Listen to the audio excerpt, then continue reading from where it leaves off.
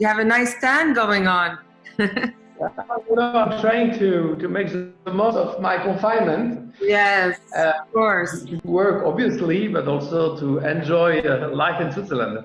When I saw your post on Instagram, it gave me a little bit of like positivity and a little bit of hope that this will be over very soon, I hope. What you realize first is that because of the confinement, we have maybe more meetings than usual, but the meetings being digital meetings, Zoom typically what we do right now, they tend to be more efficient, especially when you have meetings with people whom you know well, like you. It's very efficient just because they are usually better prepared, I've noticed, than normal meetings. And then people tend, especially when we are 10, 12 people, to be more focused. And eventually efficiency is higher, which means that it leaves you with eventually more time for other things, especially during the weekend. So let's start with our interview. I think human nature has proven throughout history to be very much capable of coping with natural disasters, with wars. For a person like you that is highly active, travels all the time, how are you managing to stay very positive and leading a company like Bvlgari through these tough times? Well, first, there is very little I can do myself personally. I mean, to fix the issue, because the issue is a global pandemic. It's the first one in 1 century since the Spanish flu in 1919. But it's really in the hands of the scientific and medical community. So the only thing we can do is, and we do it, is to help the medical community to protect itself better with this sanitizer gel. We'll talk later on. So I'm positive just because, it's like destiny. It's something, you cannot decide. And once you have understood you cannot decide the calendar, then you really focus on what you can do best in that environment. First for your employees, for your company, and obviously for the community. Hence, our main activity in the last 6 weeks has been to produce sanitizing gel.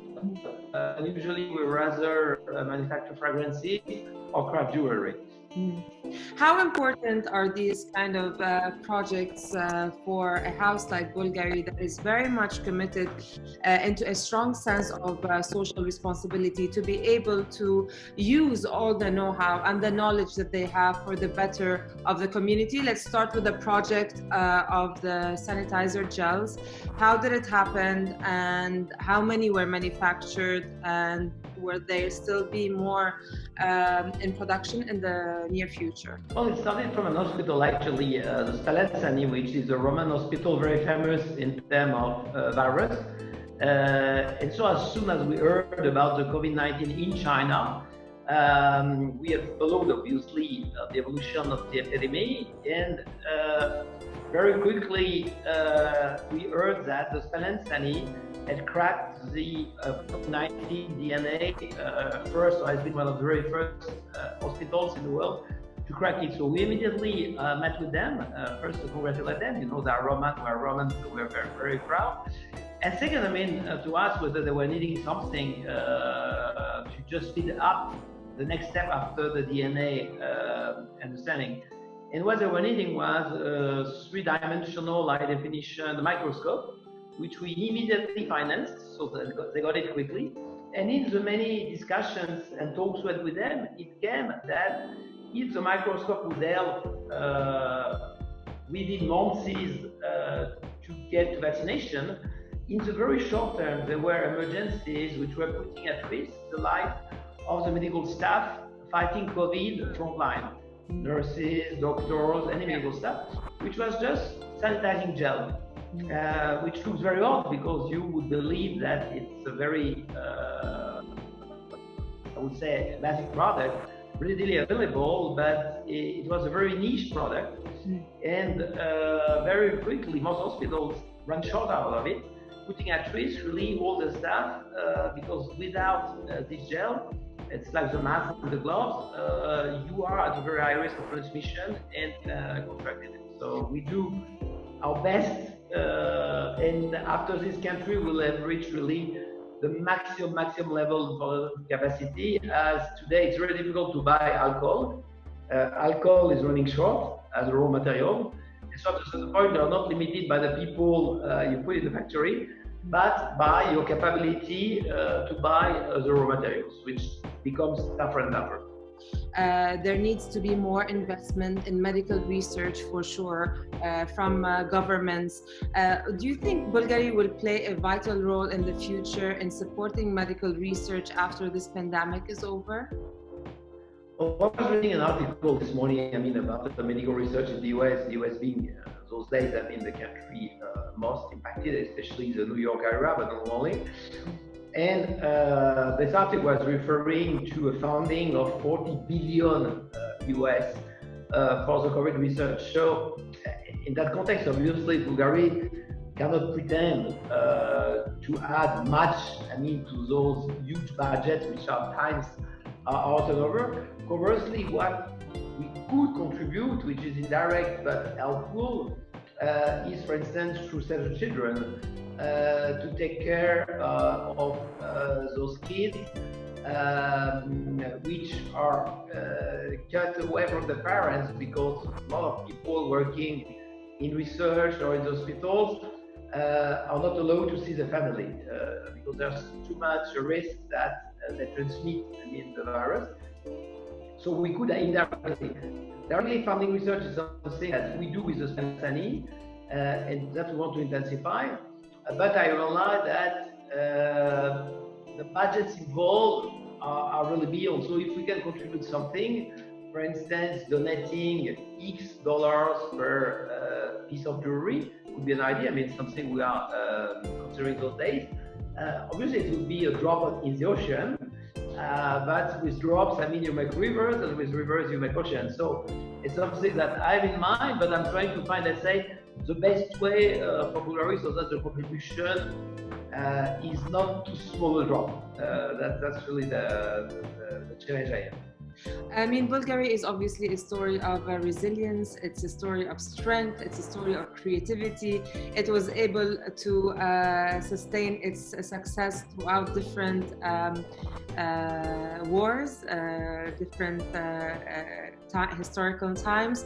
How do you think this pandemic will affect Bulgaria from a business point of view, and how do you see the new direction when it comes to consumership as well? Well, for the first question, related to business, it's very difficult to answer, as right now most countries are still in a shutdown or virtual shutdown, so difficult to figure out. There are only two markets we got out of COVID officially, namely China and Korea. In those two countries, we are witnessing, since the reopening, so to say, an incredible increase in our sales, which can be explained by three factors. One, which is in those countries, Bulgaria was already growing a lot before the COVID, so somehow you are resuming a pattern that has been put in parentheses. Second, some people are catching up some purchases or gifts they wanted to do and they couldn't, typically Valentine's Day. And the third point is what some media are describing as a kind of revenge purchase, that after 6-8 weeks deprived of freedom, first to get out of home, because in many cities in China and Korea, people have been cornered at home, being deprived to buy anything except grocery. So there is this kind of revenge buying, which is now that I'm free, that I'm alive, let's enjoy life, let's resume, and yes, let's indulge in some luxury. We'll have to see culture by culture whether this phenomenon we're witnessing in China and Korea is confirmed, which I hope, because this could mean obviously for luxury only a parenthesis, but this would mean what economists call a V-shaped recovery. On the other hand, we know that many joys have been destroyed by the pandemic, not temporarily but structurally. So there might be some big economic crisis looming as well, which somehow temper my optimism. Now, talking about clients, people are fed up. I mean, they're afraid. It's life-threatening. In some regional cities like New York, like Bergamo, you know personally some people not only infected but who died from COVID, so it's a tragedy. But in many other cities, the infection rate is much lower. Rome, for instance, versus Milan is like another world. Yes. So a lot of people really, besides the necessity to make a living and to resume their job and a full-time job, to have a normal life, psychologically, they want freedom. They want to get rid of that it's behind them. And we can see in Europe a lot of pressure now from people on the government to really speed up the reopening, obviously taking some precautions, but really there is a willingness of people, to get back to normal life, which makes me positive. This is really now people want to turn the page. I can't wait to see the impact of cabin fever when people actually start traveling and leaving their confined states of mind and living. To wrap things up, what is one message of hope and positivity, enticing people to look at the bigger image? What would you like to tell the viewers of Inside Bvlgari on Dubai TV? Besides the expertise, the heritage, the DNA, the credibility, the craftsmanship, the timelessness of what we do, that we are first and foremost, a good company, a generous company made of 7,000 people all over the world, most of them currently temporarily unemployed, several of them, like me, working partly from the office, partly from home, but 7,000 people, willing to help, to support. Thank you so much for setting a great example for our industry, and thank you for taking the time to speak with us. It's a pleasure to see you virtually. I cannot wait to celebrate with my Bulgari family soon, somewhere in the world. Right? I'm sure. Another 2-3 months of patience, and hopefully most flights will be restarted. Celebrate life, and there's so many beautiful things that make life extraordinary. Thank you so much, Jean-Christophe. Have a wonderful day. Thank you. Thank you, Diala. Hope to speak to you soon. Bye-bye. Bye-bye, my dear.